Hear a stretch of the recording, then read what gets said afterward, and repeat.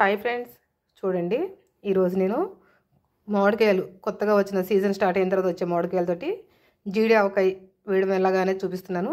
దీనికోసం నేను 3 కాయలు తీసుకున్నాను. ఈ ముక్కలన్నీ 3 కాయలకు సంబంధించిన ముక్కలు అనమాట. ఇదిగోండి ఈ సైజు కాయలు. ఈ ముక్కల్ని కాయల్ని శుభ్రంగా కడిగి తడి లేకుండా చేసుకొని వాటిని ముక్కల కింద తరుక్కున్నాను, చిన్న చిన్న ముక్కల కింద. దానికి ఒక టీ గ్లాసు ఉప్పు, కారం, ఆవపిండి వేశాను. 1 గ్లాసు నూనె కూడా పోయాలి. పోసి కలిపేసినట్టయితే సాయంత్రానికల్లా ఊరి మనం తినడానికి రెడీ అవుతుంది ఆవకాయ అనేది. ఇదిగోండి ఇప్పుడైతే ఉప్పు, కారం, ఆవపిండి ఇందులో వేసాను ముక్కల్లోకి. వీటిని ఒకసారి కదిపేద్దాం, పైకి కిందకిను కదిపేసి కొంచెం నూనె వేసినట్టయితే మనకి ఆవకాయ సాయంత్రానికి ఆవకాయ రెడీ అవుతుంది. ఇలా మనం కలుపుకున్న ఇది సాయంత్రానికి మనకి దగ్గర పడుతుంది అనమాట, ఓటంతా ఊరి. దీంట్లో ఇప్పుడు నూనె వేద్దాము. మనం ఇప్పుడు నేను నూనె చూపిస్తున్నాను కదా, ఈ గ్లాస్ అనమాట.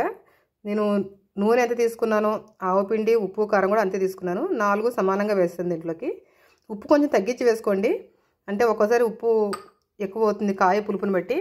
కొంచెం తగ్గినట్టయితే సాయంత్రం మనకి నానిన తర్వాత చూసుకొని కలుపుకోవచ్చు. అంతేగాని ముందే ఎక్కువ వేస్తే ఉప్పు ఎక్కువైందంటే కష్టం అనమాట. తగ్గితే వేసుకోవచ్చు, ఎక్కువైతే కష్టం. సో ఈ టిప్స్ పాటిస్తూ మీరు ఆవకాయ కలపండి. రాని వాళ్ళు కూడా ఈజీగా ఆవకాయ పెట్టుకోవచ్చు. ఇదైతే చిన్న ఆవకాయ అంటే దీన్ని ఈ సీజన్ వచ్చిన కొత్తలో చేస్తారు మరి. దీన్ని ఒకసారి ట్రై చేస్తారని అనుకుంటున్నాను. Thank you.